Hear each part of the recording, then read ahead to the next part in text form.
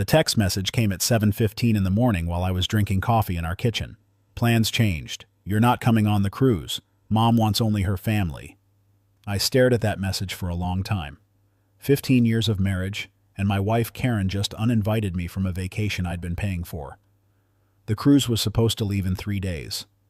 I'd already taken time off work, already packed my bags, already transferred $8,500 to cover both our tickets, plus another $3,000 for excursions and spending money.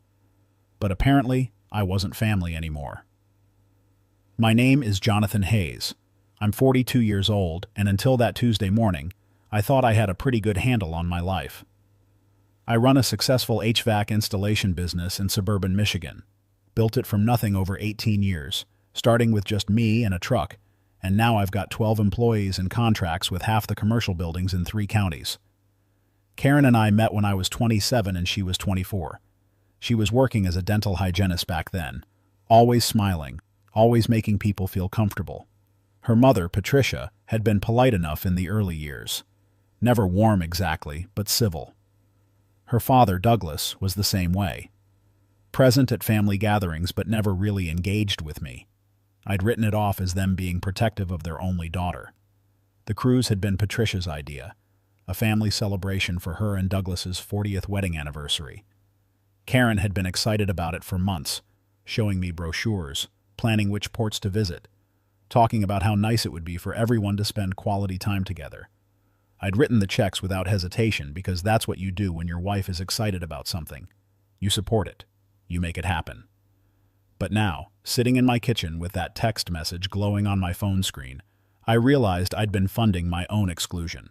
I called Karen immediately. She answered on the 4th ring, her voice bright and cheerful like nothing was wrong. "Hey babe, did you get my text?" "Yeah," I said, keeping my voice level. "Want to explain what's going on?"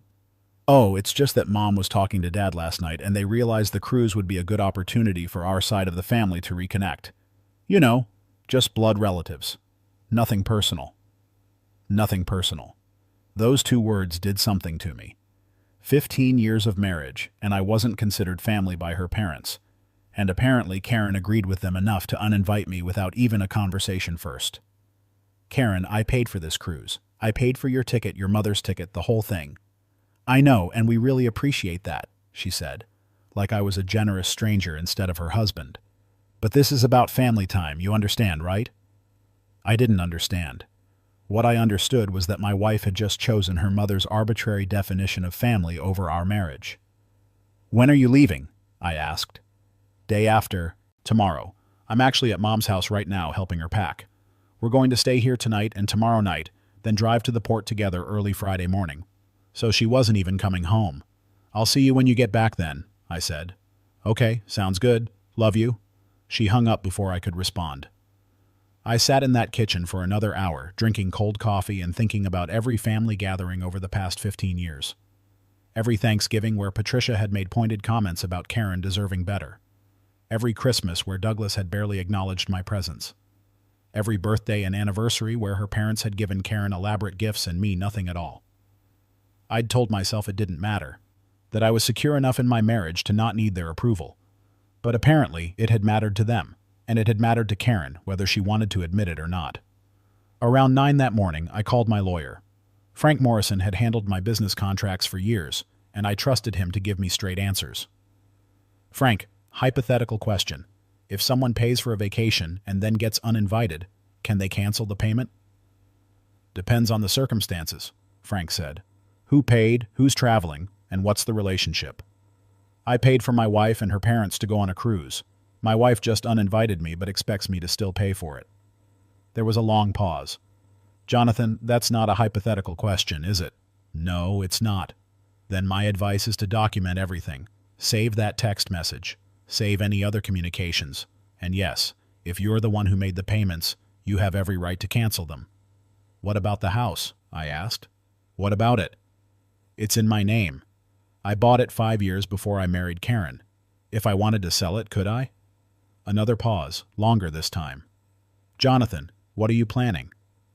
"I'm planning to make some changes in my life. I just need to know what my options are." Frank spent the next 20 minutes laying out exactly what I could and couldn't do legally. The house was mine, purchased before marriage with money I'd earned before marriage. Karen had no legal claim to it. The cruise payments were made from my personal account, not our joint account, which meant I controlled them completely. Our joint account had about $15,000 in it, but since we'd kept mostly separate finances throughout our marriage, the bulk of my assets were entirely under my control. One more thing, I said. If I wanted to leave town for a while, maybe relocate the business, would that complicate a divorce? You're really doing this, Frank said. It wasn't a question. I'm really doing this. Then no, relocating wouldn't complicate things, especially since you don't have kids.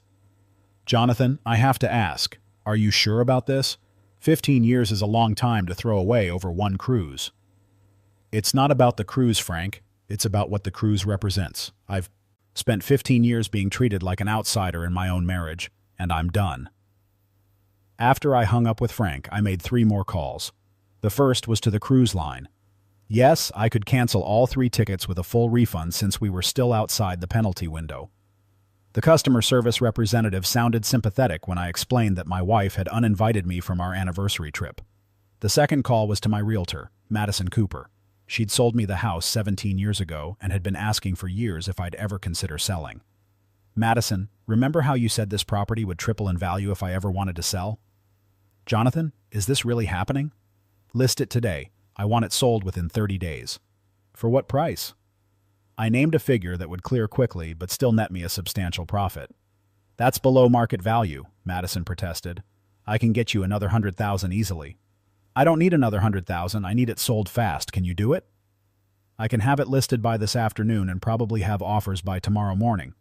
But Jonathan, where are you going to live? Somewhere that isn't here.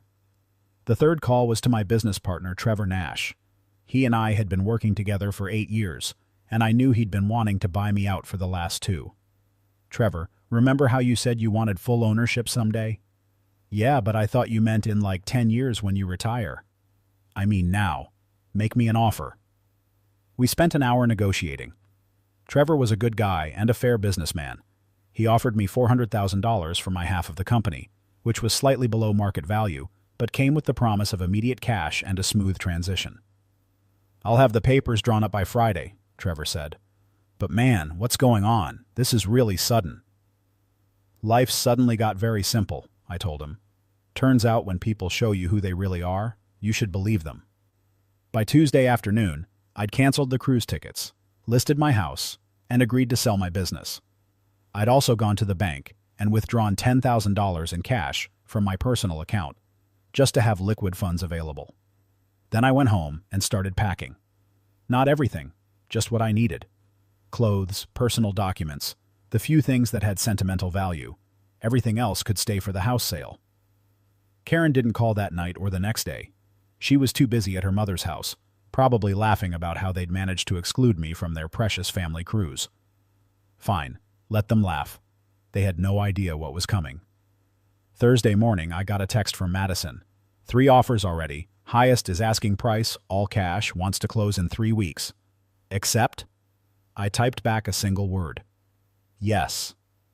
By Thursday afternoon, I'd signed the paperwork to sell my house. By Thursday evening, I'd signed the paperwork to sell my business. By Friday morning, when Karen was probably boarding that cruise ship with her parents, I was loading my truck with everything I cared about and driving away from the life I'd built in Michigan. If you're finding this story valuable, if it's making you think about the hidden dynamics in your own relationships, please hit that subscribe button.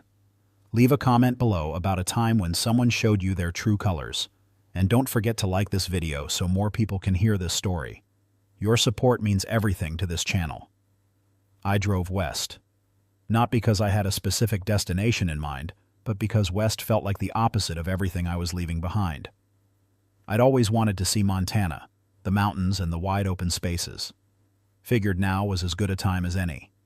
I stopped at a motel outside of Chicago that first night, paid cash, and sat in the room thinking about what Karen's reaction would be when she got home. The cruise was 7 days.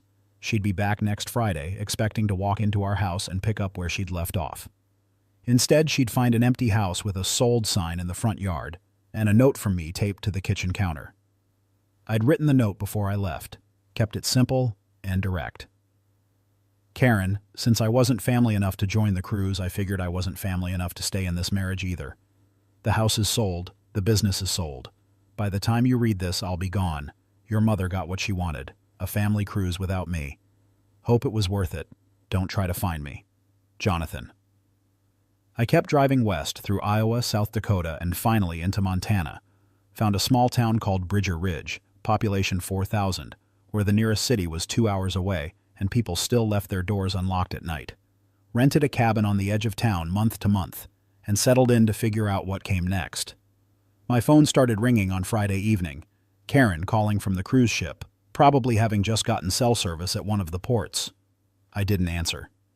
She called 6 more times that night. Then her mother called. Then her father called. I didn't answer any of them. Saturday morning, I had 14 text messages waiting for me. Most were from Karen, progressing from confused to angry to panicked. Why aren't you answering? Jonathan, this isn't funny. My mom says you canceled the cruise payments. What's going on? Call me right now. The last text was from Sunday morning. We had to pay for the cruise ourselves. Do you have any idea how much that cost? We're coming home early. You better have a good explanation for this. I deleted all the messages without responding. Monday afternoon, I got a call from Frank Morrison. Jonathan, your wife's lawyer just contacted me. She's threatening to sue you for the house sale proceeds. The house was mine before we married, I said calmly. She has no legal claim to it. That's what I told her lawyer. He's not happy, but he knows she doesn't have a case. However, she's also claiming you abandoned the marriage and she wants spousal support. We kept separate finances for 15 years. She has her own income and her own savings. Tell her lawyer that if she wants to fight this, we can fight it. But she's not going to like how it ends. Frank sighed. You're really burning every bridge, aren't you? Frank, the bridges were already burned. I'm just acknowledging it. Tuesday morning, Karen finally got smart and had her mother call me. Patricia's voice was cold and sharp when I answered. Jonathan, I don't know what kind of game you're playing, but you need to stop this nonsense and come home immediately. Home to what, Patricia? The house is sold. I don't live there anymore. You can't just sell a house without consulting your wife. I can when it's my house that I bought before I married your daughter, but thank you for proving my point. What point? That I was never really family to you people. You made that clear when you uninvited me from a cruise I paid for. So I made it clear that I'm done pretending to be part of a family that doesn't want me. Don't be ridiculous. Of course you're family. We just wanted some quality time with our daughter. Then you should have said that from the beginning, instead of sending me a text message the morning I was supposed to leave. You should have talked to me like an adult instead of treating me like an inconvenience. Patricia's voice got even colder. Karen made a mistake marrying you. I told her that from the beginning. You were never good enough for her. You know what, Patricia? You're absolutely right. I was never good enough for Karen, because being good enough for Karen apparently means being okay with being treated like I don't matter, and I'm not okay with that anymore. I hung up before she could respond. Wednesday, I got a call from Douglas. This was surprising because in 15 years of marriage, Douglas had probably spoken directly to me maybe 20 times. Jonathan, this is Douglas. I think we need to talk man to man. I'm listening? You've made your point. You're angry, and you have a right to be. But walking away from a 15-year marriage over one misunderstanding is extreme. It's not a misunderstanding, Douglas. Your wife told my wife that I wasn't family. My wife agreed with her enough to uninvite me without even discussing it with me first. That's not a misunderstanding. That's a fundamental problem with how your family views me. Patricia can be protective of Karen. You know that. She didn't mean anything by it. Then why did Karen go along with it?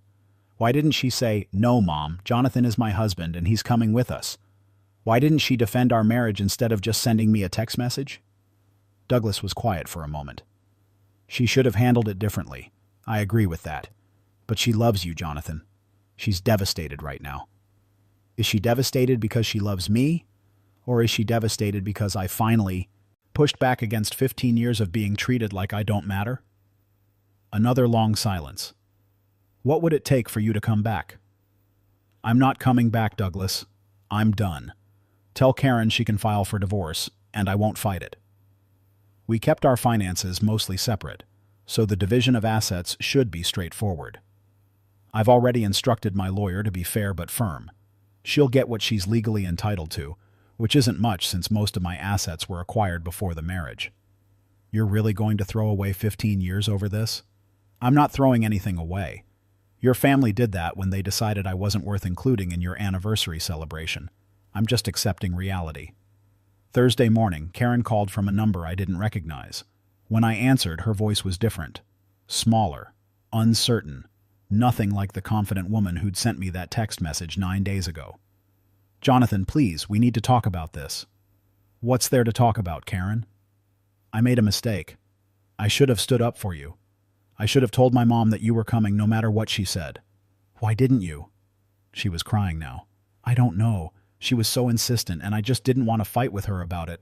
I thought you'd understand. Understand what? That your mother's feelings are more important than our marriage? That's not what I meant. Then what did you mean, Karen? Because from where I'm sitting, you chose your mother over me. You decided that 15 years of marriage was less important than avoiding a difficult conversation with Patricia. I love you, Jonathan. Then why did it take losing me for you to say that? Why did it take me selling our house and leaving town for you to realize that maybe, just maybe, you should have fought for our marriage? Karen sobbed on the other end of the line. Where are you?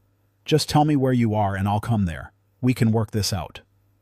No, we can't. Because even if you came here, even if we tried to patch things up, nothing would actually change. Your mother would still see me as not good enough. Your father would still barely acknowledge my existence. And you would still prioritize their feelings over mine because that's what you've been doing our entire marriage. That's not true.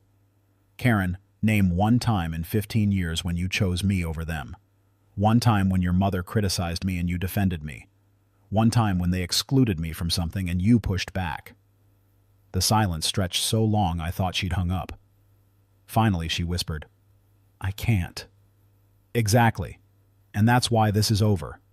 Not because of one cruise, but because that cruise was just the final proof of what I've known deep down for years. I was never really your partner, Karen. I was just the guy you married despite what your family wanted. Friday morning, exactly 1 week after Karen had sent me that text message, I signed the final papers on the house sale. My half of the business sale had already cleared. I had close to $600,000 in liquid assets, no debt, and a whole new life ahead of me. I bought a piece of land outside Bridger Ridge, 20 acres with a view of the mountains and enough space to build something exactly the way I wanted it. Started drawing up plans for a house, something simple but solid, something that was mine and mine alone. I also started a new business, small-scale HVAC work, mostly residential service calls and installations. Nothing like the commercial operation I'd run in Michigan, but enough to keep me busy and bring in steady income while I figured out what I wanted long-term. Karen sent me one final text message 2 weeks after I left. The divorce papers came today. I signed them. I hope you find whatever you're looking for, Jonathan. I'm sorry I couldn't be the wife you needed. I didn't respond. There was nothing left to say. Sometimes people show you who they really are, and the kindest thing you can do for yourself is believe them the first time. 3 months later, I was standing on my new property watching the sun set behind the mountains when my phone rang. Unknown number, but I answered it anyway. Is this Jonathan Hayes? A woman's voice asked. Depends on who's asking. My name is Nicole Brennan. I'm Patricia's sister, Karen's aunt. I hadn't seen Patricia's sister in probably 10 years. She lived in California and rarely came to family gatherings. Okay, I said cautiously. What can I do for you? I just wanted to tell you that I'm sorry for what my sister did to you. I heard about the cruise situation, and I think you did the right thing by leaving. That surprised me. Thank you, but why are you calling to tell me this? Because Patricia's been telling everyone that you abandoned Karen without warning, that you were an unstable husband who couldn't handle normal family dynamics. And that's not what happened at all, is it? No, it's not. I figured as much. Patricia has always been controlling, and she's always treated Douglas like he's lucky to have her. She did the same thing to Karen's boyfriends before you, drove most of them away with her passive-aggressive nonsense. You lasted longer than most because you were patient and tried to keep the peace. But that text message about the cruise, that was too much even for someone with your patience. You got that right, Nicole sighed. Karen called me last week. She's a mess, Jonathan. Finally realizing what she lost, but it's too late. Patricia's trying to tell her she's better off without you, but Karen knows that's not true. Is there a reason you're telling me all this? Because I wanted you to know that not everyone in that family is crazy. Some of us saw how hard you tried to make that marriage work despite Patricia's interference, and some of us think you deserve to be happy. I appreciate that, Nicole. Really, I do. But that chapter of my life is closed now. I understand. I just wanted you to know that someone in Karen's family sees the truth about what happened. After I hung up with Nicole, I stood on my property for a long time thinking about the past 3 months. I'd left Michigan with nothing but a truck full of belongings and a heart full of anger. But somewhere along the way, the anger had faded. Now I just felt relief. Relief that I didn't have to attend any more awkward family dinners where Patricia made pointed comments about my career choices. Relief that I didn't have to hear Douglas's silent judgment every time I expressed an opinion. Relief that I didn't have to watch Karen choose her parents' comfort over my dignity one more time. The divorce was finalized 6 months after I left Michigan. Karen got her personal belongings and her car. I kept everything else since most of it had been mine before the marriage anyway. Fair enough. She didn't contest it, didn't ask for spousal support, didn't try to claim half the house sale proceeds. Maybe Nicole had talked some sense into her, or maybe Karen had finally realized that fighting for money wouldn't fix what was actually broken between us. I heard through the grapevine that she moved back in with Patricia and Douglas. Apparently they were thrilled to have their daughter back under their roof where they could protect her from men like me. Men who had the audacity to expect equal treatment in their own marriages. I wished them well, genuinely. Not because I forgave them, but because holding on to resentment would have poisoned the new life I was building. A year after I left Michigan, I was sitting in a local diner in Bridger Ridge when a woman sat down across from me. She was maybe 38, with dark hair pulled back in a ponytail and laugh lines around her eyes that suggested she smiled more than she frowned. "You're Jonathan Hayes, right?" she said. "The HVAC guy who bought the Schneider property?" "That's me. Do we know each other?" "Not yet, but I'm hoping to change that. I'm Amanda Price. I teach high school English in town, and I just bought the old Morrison place about a mile from your property. My furnace is making a noise that sounds like a dying whale, and everyone in town says you're the guy to call." I laughed. "A dying whale, huh? That's a new one." "I'm serious. It's this horrible groaning sound that starts around 3 in the morning and doesn't stop until noon. My students think I'm losing my mind because I keep falling asleep during 5th period. I can come take a look this afternoon if you want." "That would be amazing. Fair warning, though, my place is a disaster. I'm still unpacking from the move, and there are boxes everywhere." "I've seen worse. Give me your address and I'll be there around 2. Amanda's house was exactly as advertised. Boxes stacked in every room, furniture arranged haphazardly, and a furnace that did indeed sound like a dying whale. Turned out the blower motor was going bad. An easy fix that took me maybe an hour. We got to talking while I worked, and I found out she'd moved to Montana from Oregon after a divorce of her own. No kids, just wanted a fresh start, somewhere quiet, where she could focus on teaching and maybe write the novel she'd been planning for years. "So, what brought you to Bridger Ridge?" she asked, handing me a wrench I didn't actually need but accepting anyway. Long story. Short version is my ex-wife uninvited me from a family cruise, and I decided I was done being treated like I didn't matter. Amanda nodded thoughtfully. My ex-husband did something similar. Not a cruise, but he kept prioritizing his mother's opinion over mine. Finally, I told him he could stay married to his mother, and I'd find someone who actually wanted to be married to me. How long's it been? 2 years. Took me the first year to stop being angry about it. The second year, I actually started enjoying my life again. I'm about 9 months in, still working on the enjoying my life part, but I'm getting there. Amanda smiled. Well, if you ever want company while you work on that, I make a mean pot of chili, and I'm always looking for someone to talk books and philosophy with. I finished fixing her furnace and charged her half my usual rate because she made me laugh 3 times during the repair. She invited me back for dinner the following week, and that dinner turned into regular Friday night conversations that stretched late into the evening. 6 months after meeting Amanda, we were unofficially together. Nothing rushed, nothing forced, just 2 people who'd been burned before taking it slow and building something real. She met my expectations without me having to lower them, defended me when her friends made casual jokes at my expense, and treated me like a partner instead of a project that needed fixing. A year and a half after leaving Michigan, I woke up in my finished house on my property with Amanda sleeping beside me and realized I was genuinely happy. Not the fake happy I'd convinced myself I felt with Karen, but real contentment that came from being with someone who saw me as family without needing a blood test to prove it. I got one final communication from Karen 2 years after I left Michigan. It came through Frank Morrison, my lawyer. She wanted to know if I'd consider talking to her just once so she could apologize properly. Frank asked me what I wanted to do. I thought about it for a few days. Part of me was curious about what she'd say, whether she'd finally understood what went wrong between us. But a bigger part of me knew that conversation wouldn't change anything. It would just reopen old wounds that had finally started to heal. "Tell her I appreciate the gesture," I said to Frank, "but I've moved on. I hope she has too." Frank delivered the message, and that was the last I heard from anyone connected to my old life in Michigan. Last month, I married Amanda in a small ceremony at a mountain lodge outside Bridger Ridge. 15 people attended, all of them friends we'd made in Montana. No complicated family dynamics, no passive-aggressive in-laws, no one questioning whether I was good enough to be there. Just two people who chose each other, surrounded by people who supported that choice. During the reception, Amanda pulled me aside. "You know what I love most about us?" she said. "What's that?" Nobody had to exclude anyone else for us to be happy. We just built something good because we both wanted to. She was right. The thing about being uninvited from that cruise was that it forced me to realize I'd been uninvited from my own life for 15 years. I'd been so busy trying to be part of Karen's family that I'd forgotten to build a life that actually made me happy. The cruise was just the catalyst that made me finally acknowledge what I'd been avoiding. Some people might think I overreacted, that selling my house and leaving town over one text message was extreme. But those people didn't live through 15 years of small exclusions, tiny dismissals, and constant messages that I was tolerated but not truly welcomed.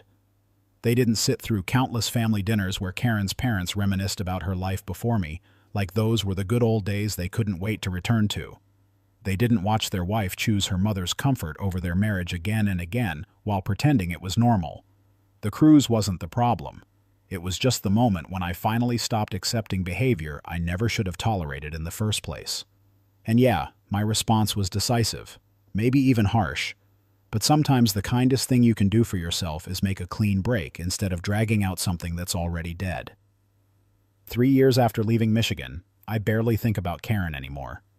Occasionally, I wonder if she ever understood why that text message was the final straw. Whether she realized that uninviting your spouse from a vacation you paid for isn't just inconsiderate. It's a statement about how little you value them. But mostly, I focus on the life I built here in Montana.